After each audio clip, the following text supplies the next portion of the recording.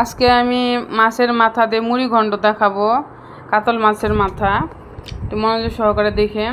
কম বেশি সবাই মাছের মাথা দিয়ে মুড়ি ঘন্টটা জানে, কিন্তু তারপরেও আমি মনে করি সবার রেসিপি এক একজনের এক এক রকম থাকে। আপনি একটু ট্রাই করে দেখবেন।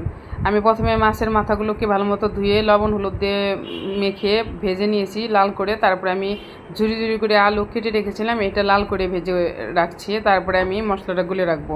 পানি দিলাম, মরিচি গুঁড়া দিচ্ছি, হলুদ গুঁড়া দিব, জিরা গুঁড়াটা দিব, আর আদা বাটা। জিরা বাটাটা থাকলে অনেক ভালো হয়, কিন্তু না থাকলেও সমস্যা নেই, গুঁড়াটাও ইউজ করা যাবে।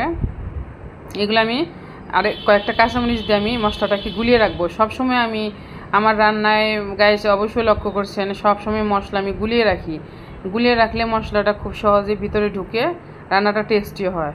আমি গুলিয়ে এক পাশে রেখে দিলাম। তারপরে আসল রান্নায় চলে যাচ্ছি। আলু ভাজাটাকে একটু লাল করে আমি আলুটা ভেজে তুলে রাখবো, এরকম লাল করে। তারপরে আমি চিরা অ্যাড করব। চিরা এক মুঠের মতো আমি একটু ভেজে তুলে রাখছি লাল করে। চিরাটা আমি তুলে রাখবো। ওই একই তেলের মধ্যে আমি কিন্তু সব করছি। ওই তেলের মধ্যে আমি পাঁচফোড়ন দিয়ে দিলাম। তারপরে গুলিয়ে রাখা মশলাটা আমি দিয়ে দিব, সাবধানে দিবেন। মশলা দেওয়ার পরে সাধারণত একদম ধোয়া বেড়ে যায়, আঁচ কমিয়ে সাবধানে দিবেন। দেওয়ার পরে আবার একটু দিবেন, ওয়েট করবেন। তারপরে আমি মশলাটাকে অনেকক্ষণ একটু কষাবো। কষানোর পরে আমি আলুটা দিব, মাথা দিব, সব দিয়ে একটু আমি ভাজবো।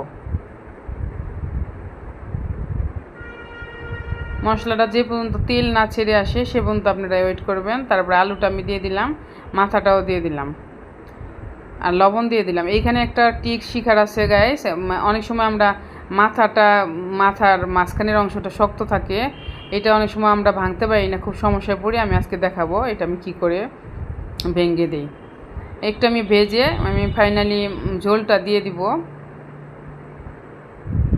ঝোলটা এমনভাবে দিবেন যাতে একদম পাতলা ঝোল না থাকে, আবার মাখা মাখাও হয়। আমি মাথার মাঝখানের অংশটাকে আলাদা আমি তুলে নিলাম।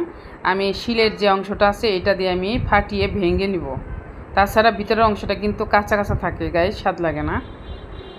আমি ভেঙে এই অংশটা তারপরে ওইটার সাথে জাল দিব, তাহলে সমস্যা রইল না। কারণ বটি দিয়ে বা চাকু দিয়ে এগুলো কিন্তু কাটা খুব সমস্যা। আমি মিশিয়ে তারপরে একটু ঢাকনা দিয়ে দিব। আমার রান্নাটা ডান। আশা করি ট্রাই করবেন, সাথে থাকবেন, সাবস্ক্রাইব করবেন।